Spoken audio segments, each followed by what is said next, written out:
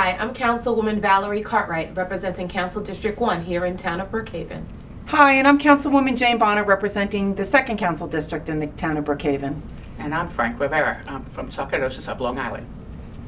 Thanks for coming, Frank. Thank you. First, why don't you tell everybody about your fancy suit and why you're wearing purple? Okay, well, purple is actually the color for sarcoidosis. It's purple and white. The white is the snowflake. So we wear purple, and April is Sarcoidosis Awareness Month, and all the month we do wear purple. Okay, so that's why we're wearing purple Yes. today, too. Yes, yes. Thank you very much. You're very welcome. Well, we thank you so much for being here, Frank. You're an active member of our Brookhaven community. I know your wife works within the Brookhaven community. Your daughter plays with School of Rock. Yes. So we're so happy to have you here. But I know you wanted to talk a little bit about sarcoidosis and tell the community what sarcoidosis is. Okay. What I'm going to try to make it as easy as possible. Okay. The way my white blood cells, they go to fight a cold or a disease, and they don't. Instead, they group up together and form masses. And it can be anywhere in the body, because wherever your white blood cells go, it can go. And unfortunately, I have it in 90% of my body. So, Frank, why don't you explain to the people that are watching how the diagnosis for sarcoidosis happens? Well, that's a tough one, because it's actually, they call it a disease of exclusion. They exclude everything else by the time you actually do get it. Unfortunately for me, it was 2004. I was down in Florida. I was living in Florida. I was taking care of my mom before that. And I went in, and I was having trouble breathing. So they found the spots, masses on my lungs. They did a biopsy, but they told me it was actually cancer, lung cancer. Really? Yeah, so I actually went through 4 years of chemo and radiation. Because you were misdiagnosed? Yes. Yeah, so the chemo actually helped. The radiation actually made me weak. So I actually was down to 95 pounds at one point. Wow. And so it was, it gave the sarcoidosis time to travel throughout my body. So when I got diagnosed in 2011, it was actually by accident. I thought I was cleared of the lung cancer when I moved back up here, and I went in because I had trouble with my stomach. And they did an x-ray, and they found masses because they found it on the lower lungs. So I did get a biopsy, and then they rightfully said I had sarcoidosis. And then I ended up going to Mount Sinai Hospital. They sent me to Mount Sinai, which is the biggest sarcoidosis clinic in the United States. Really? Yeah, they have over 20,000 sarcoidosis patients there. How many sarcoidosis patients are on Long Island? Well, Brookhaven town has close to 3,000 now. Really? Yeah, it's really close to 3,000. There's over 20,000 in New York itself. Well, you're a very strong advocate for sarcoidosis awareness. You've had some pretty impressive acknowledgement of your advocacy. Why don't you tell us some of the things that you've been able to do and some accolades that you've been given? Okay.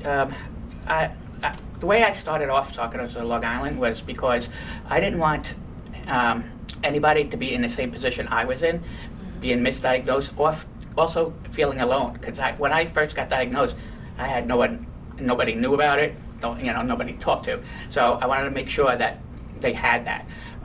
So I started the organization in 2013, and then I started advocating. I would go into the government, started out with you guys, and you guys have been a great help. Thank you, I do appreciate it very much. And then I went to the county with Kara and Sarah Anker, Kara Hahn and Sarah Anker, and then I went up to the state, and Senator Laval helped me out get a proclamation for the state. And then I started working on the federal government, and it did get introduced twice, once in the House and once in the Senate, but they couldn't get a second person to sign in on it. It was Zeldin's office. He introduced it in the House, and then Congressman Zeldin and Senator Schumer. Yes, and Senator Schumer did it in the House, but they couldn't get enough signatures. So we're trying again this year. Okay, You're doing okay. really great work. Thank you. I know that recently you went up to Albany to talk to some state legislators. We did a community Yes. trip, and you were talking to various legislators about sarcoidosis and trying to get more senators and assembly people in support of spreading the information. Yes. I think it was 2 years ago or 3 years ago, you co-sponsored a Rare Disease Day. Yes. Tell us about that. Actually, 3 years. It'll be 3 years in October. Well, there's 7,000 rare diseases, and only 5% of those rare diseases actually have a cure. And only 90%. No, I'm sorry, 10% actually have a drug for it. So they all these rare diseases have a lot in common. So that's why I decided to work with them, and I worked with Stony Brook and also Congressman Zeldin's office. He actually called up Stony Brook to get me in there, and Wonderful. it was really nice. We had it at the Hilton. Is that what? The Hilton at Stony Brook, and we had probably over 100-something people there. We had the government officials came and spoke at it, and then we also had patients and parents, and just so everybody could get a full view of what it is like with a rare To disease. have a rare disease. Yes. I thought it was important to bring that up because of those efforts and because of a lot of work that you're doing. I believe now Stony Brook has a sarcoidosis mini unit. Yeah, they're working on a unit right now. They have some sarcoidosis, and they have a lot of pulmonary. They have about 3 or 4 pulmonary also. So they're trying to work together, and hopefully they'll get a clinic out here. Would be great. So it was so. Working with Stony Brook was really nice. And they were very nice to me. It's very rare to meet such a absolutely outstanding advocate like you, Frank. I mean, you started however many years ago being misdiagnosed, having a protocol that was completely inappropriate for the rare disease that you have, and then here you are however many years later having been instrumental in starting up a unit at Stony Brook Hospital. Yeah. So, I mean, what a path you have traveled. It's been a long path, But you haven't given up. No, I won't give it up. I won't give You're up. raising awareness.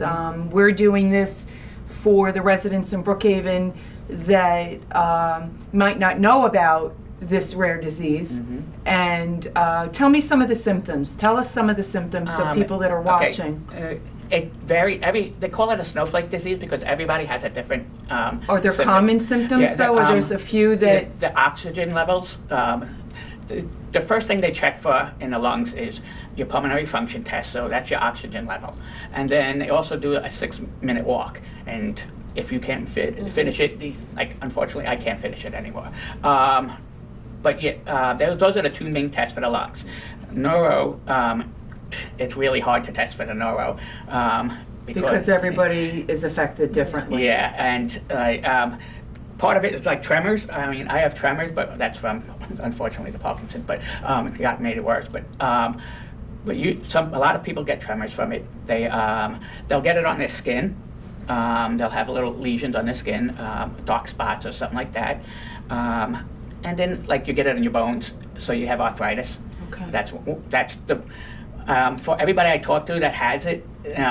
That's the hardest part. The pain. The pain. The pain level. I mean, every day I live in a 7, maybe 8 pain level every day. Well, you'd never know to look at you. You are unbelievable. Thank you. Your advocacy is some and such that I have very rarely seen. I'm so impressed. I mean, why don't you tell everybody about what happened in Manhattan recently? Oh yes, that was pretty impressive. Yeah, that was really nice. They actually contacted me through LinkedIn. Tell everybody who contacted you and what it was. A company called 5 Tier. They contacted me about putting up a billboard for Rare Disease Day. He's been following me on LinkedIn for things that I have been doing for a rare disease and for sarcoidosis. And what we did is we had 30 ads throughout the day from 10 a.m. to 10 p.m.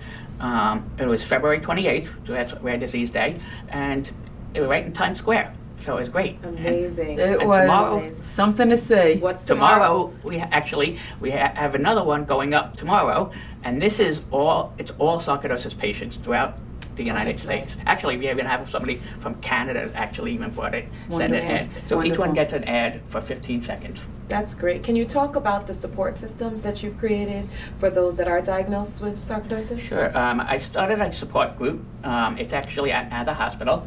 Our next one is April 14th. We're going to have a really big one on that one because as April being Sarcoidosis Awareness Month, we invite the families. We actually invited you guys and some other government officials.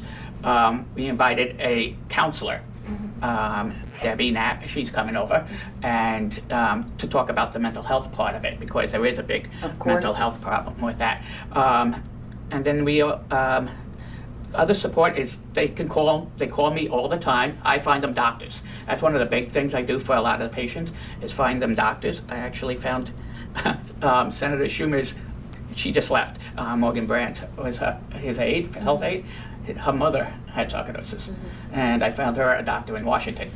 So yeah, I help them wherever they need it. You just You have a long reach. Yeah. do a little bit of everything, don't you? Yeah. I tried to, like I said, I don't want anybody else to be in the position I was. I was looking around for doctors, and now I've been working with the national organization, Foundation for Sarcoidosis Research. You're an ambassador, right? Yes, I'm a national ambassador, one of the original ones. Started out with only 17, and now we have 95. Wonderful. And that's in 4 years now. And that is so important to bring about awareness as more people get diagnosed. Yeah. It seems like it's happening every day. More people are being diagnosed with sarcoidosis.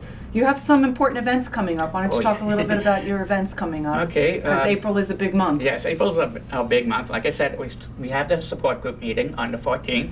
I'm going to kind of start up for the top because there are a lot of events, unfortunately. No, fortunately. Fortunately, yes. Fortunately, really, but yes. We're starting off with going to the View. We're gonna make it. We have like 40 people going. That's on the April 1st, and then April 3rd here at Buffalo Wild Wings in Center Beach.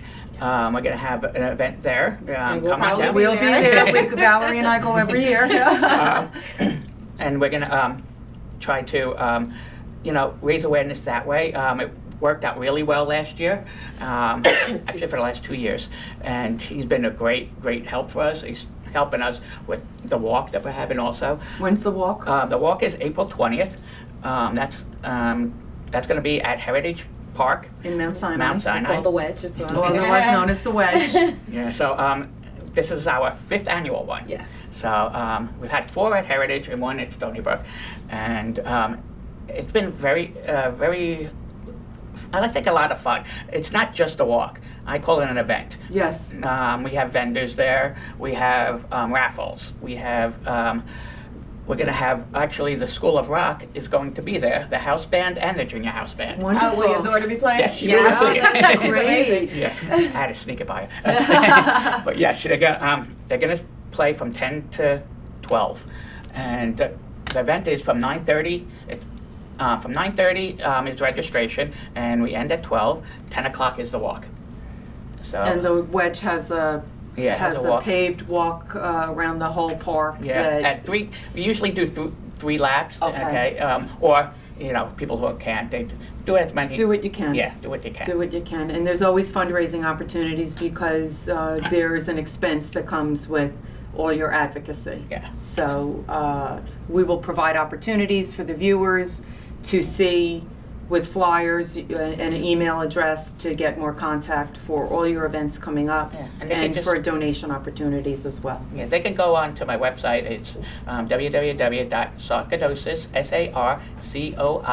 SARCOIDOSIS of OFLI.org. And we'll also provide that as a graphic for the viewers, for those that need to see it as opposed to hear it. Yeah, they have. So- Yeah, they have everything. I have the event page. It's So all covered. the information is on there. Everything's on there. Wonderful. those Well, pages. thank you so much, Frank. You know, you're doing so much for the community and getting the information out and making sure that, you know, those with rare diseases are being connected to government officials like the town and the town of Brookhaven and all different levels of government. But make sure you take care of yourself. Yes, that's why I'm actually working in New York. And I just found out of all the numbers too. Okay. I think that we really have to. New York actually has the most sarcoidosis patients. in the Your state, so advocacy is life-saving. Thank you. And thank you so much. Thank you. Keep up the great work. Thank you very much. Take Thank care. you, Frank. Thank you.